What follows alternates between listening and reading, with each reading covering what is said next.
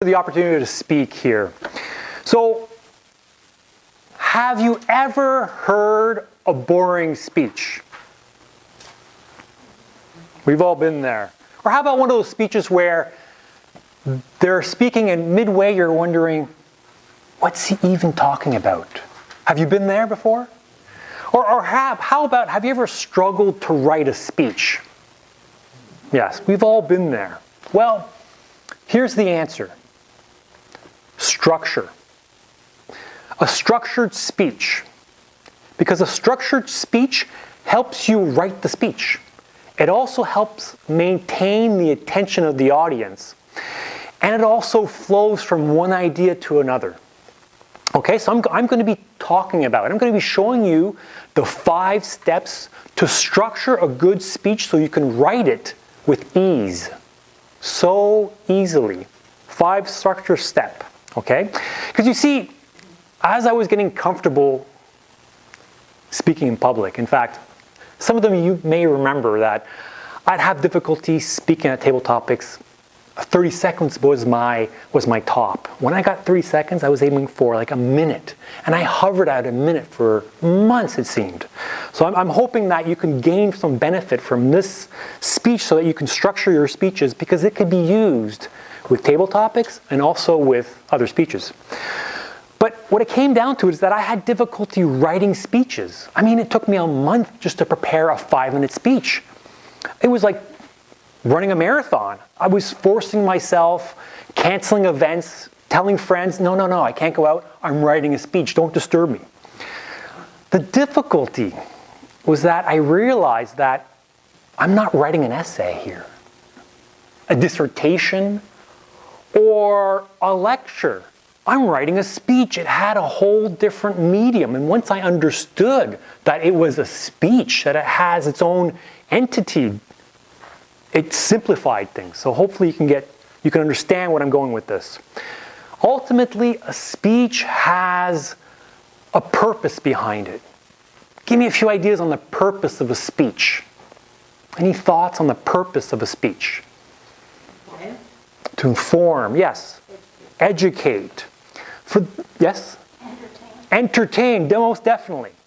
I'm just going to simplify it. I'm going to say it's to influence, entertain a group of people, but ultimately it's to persuade them, change their thinking, and change their action at the end. So regardless, as I mentioned, regardless if it's a 2-minute table topics or a 2-hour speech, as long as the structure's there, the content will flow. Feel free to take notes. Ultimately, I do have a sheet I can send out by email later on for those who want one. So how do you start the speech? And this is how I started in the past. And I see this all the time, is basically people stand up and they go, my name is Renee. I'm here to talk about the diversification of tax applications for the 21st century. And I mean, it really kind of, you need a bit of energy there. So it's not really the way to start it off. Here's an easy way to start off a speech. You start off with the problem. What is the problem, the common problem for the whole group? And how do you highlight that problem? So ultimately, to highlight that problem which each and one of us have. In this group, for example, we all want to improve our public speaking.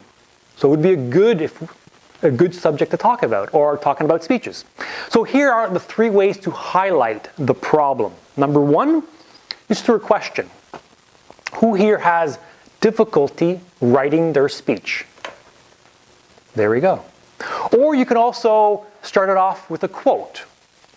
Really good quote would be, studies have shown that 75% of the average population are terrified to say a speech in front of a public, let alone writing it.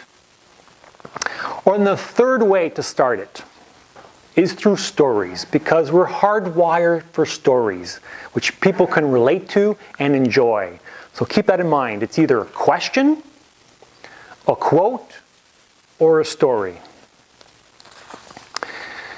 Once you've established the problem, that's step 1. Step 2 is the big picture solution. Now, you don't have to go into too much detail. You're just kind of giving them an overview of what's going on, provide them a bit of an agenda, and give them an idea where you're going with this. So I'm going to show you the 5 steps to structure your next speech so you can write with ease and simplicity. Now, I believe that we all long to connect with others. And the best way to connect with others is through storytelling. We've been doing it for thousands and thousands of years. It's hardwired in our mind. So step number 3, once the problem, step number 1 is the problem, you've given the bit of a big picture solution is number 2. Step number 3 is the story. You're delivering a personal story. Now, when you're delivering your personal story, it's important to keep in mind that you want to show some vulnerability, some weakness, because this is how we relate with people. If I stood up here and I said, I can speak really, really well, I mean, it's not really very helpful, but if you can relate with me and I can tell you personally, I remember sitting in that chair and struggling to stand up and mention my name. Even 30 seconds was a lot for me at the time. So in this way, you relate with the audience. So clearly, I'm not alone with that struggle. And, oh yeah, I know what you're thinking as well. And every audience thinks this. Why should I give you my attention? Why should I listen to you? By telling your personal story, it gives you the opportunity to tell the audience why this matters for you, why this is important. What are the benefits of resolving that problem?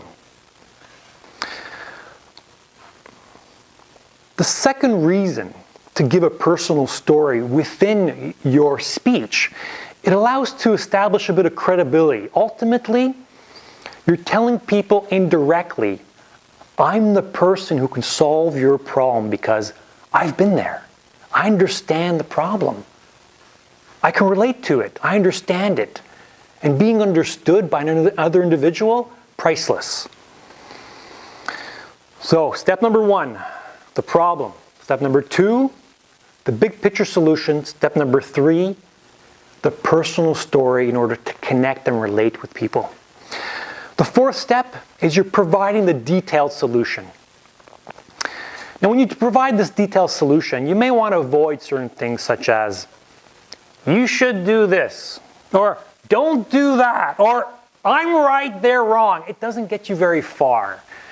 You want to be suggesting a few things such as, well, here are the 3 things I learned from my experience. Perhaps you can learn from it as well.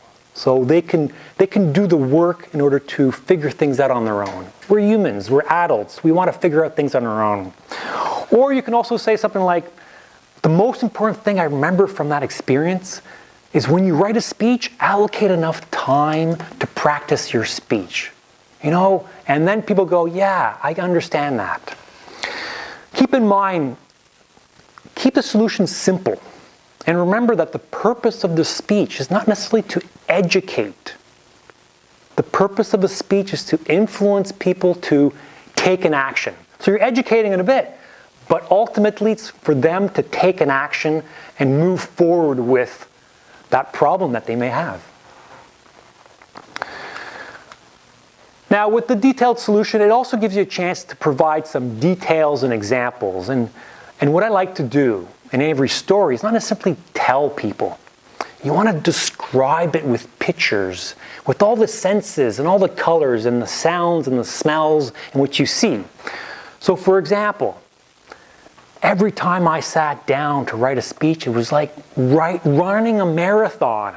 I was sweating, I was taking showers in the middle of the afternoon, I was hyperventilating, and I had just written a few words on a blank piece of paper. It was that difficult and challenging.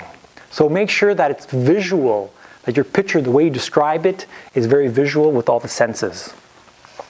The last step, to keep it simple, the last step, the 5th step, how do you end your speech?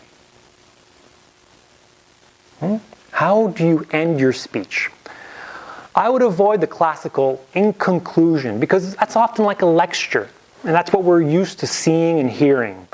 Ultimately, a good speech will have somewhat of a call to action because it propels people to take a new thought, a new action, and it gets people moving forward to solve the problem. And ultimately, you potentially are there to help them solve that problem.